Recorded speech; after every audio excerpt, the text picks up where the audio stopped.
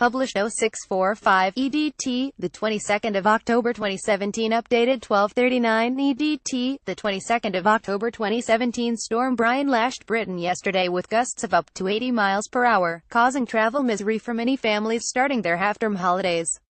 However, the worst is yet to come, as another 11 named storms are set to batter Britain this autumn and winter.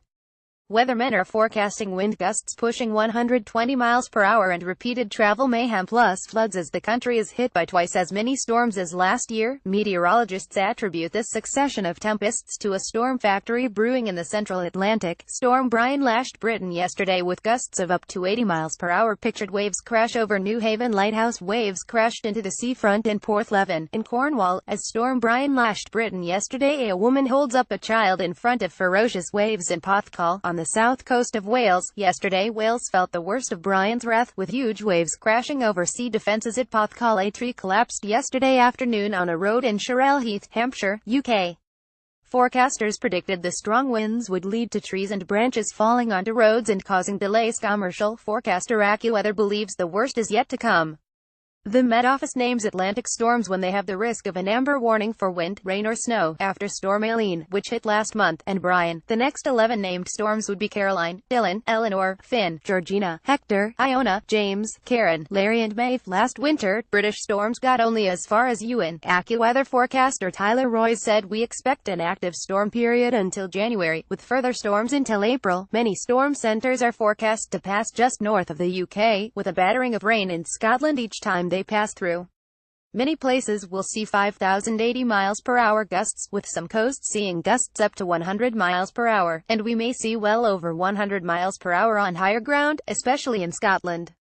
Travel disruption to roads and rail networks from fallen trees and rain. Flooding and coastal flooding is expected, with power lines also coming down. This vehicle in Lough Neagh in Northern Ireland was partially submerged and at risk of taking on more water and drifting further from shore when police officers arrived on the scene. 4 officers with the Police Service of Northern Ireland went into the water to rescue the man around 12:30 a.m. on Sunday. The PSNI said weather conditions were poor, with high winds and rough water hampering the rescue effort. AccuWeather made its predictions after studying data for winters with similarly strong jet stream winds during the past 70 years.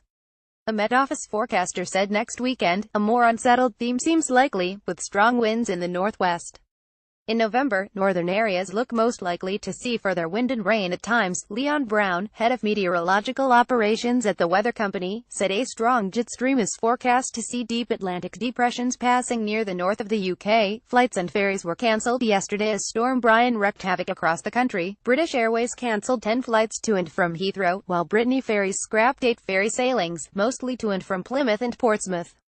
The Great South Run in Portsmouth and Southsea was cancelled. Members of the Brighton Swimming Club prepare for their morning swim today on a bright morning in the seaside town. Brighton swimmers prepare to enter the choppy waters for their Sunday morning swim. A steam engine train crosses over the Victoria Bridge on the Severn Valley Railway in Arley, Boodley, on a calmer day following Storm Brian. Autumn colours appear as the leaves start to turn in Sir Harold Hillier Gardens, Romsey, near Southampton, Hampshire. Autumnal red colours shine through the green in Harold Hillier Gardens in Romsey, near Southampton in Hampshire. West Yorkshire Fire Service said around 20 homes in Todmorden, in the Calder Valley, had been flooded. Police rescued a man from a car after it entered Lough Neagh in Northern Ireland. The vehicle was partially submerged and at risk of taking on more water and drifting further from shore when the officers arrived on the scene.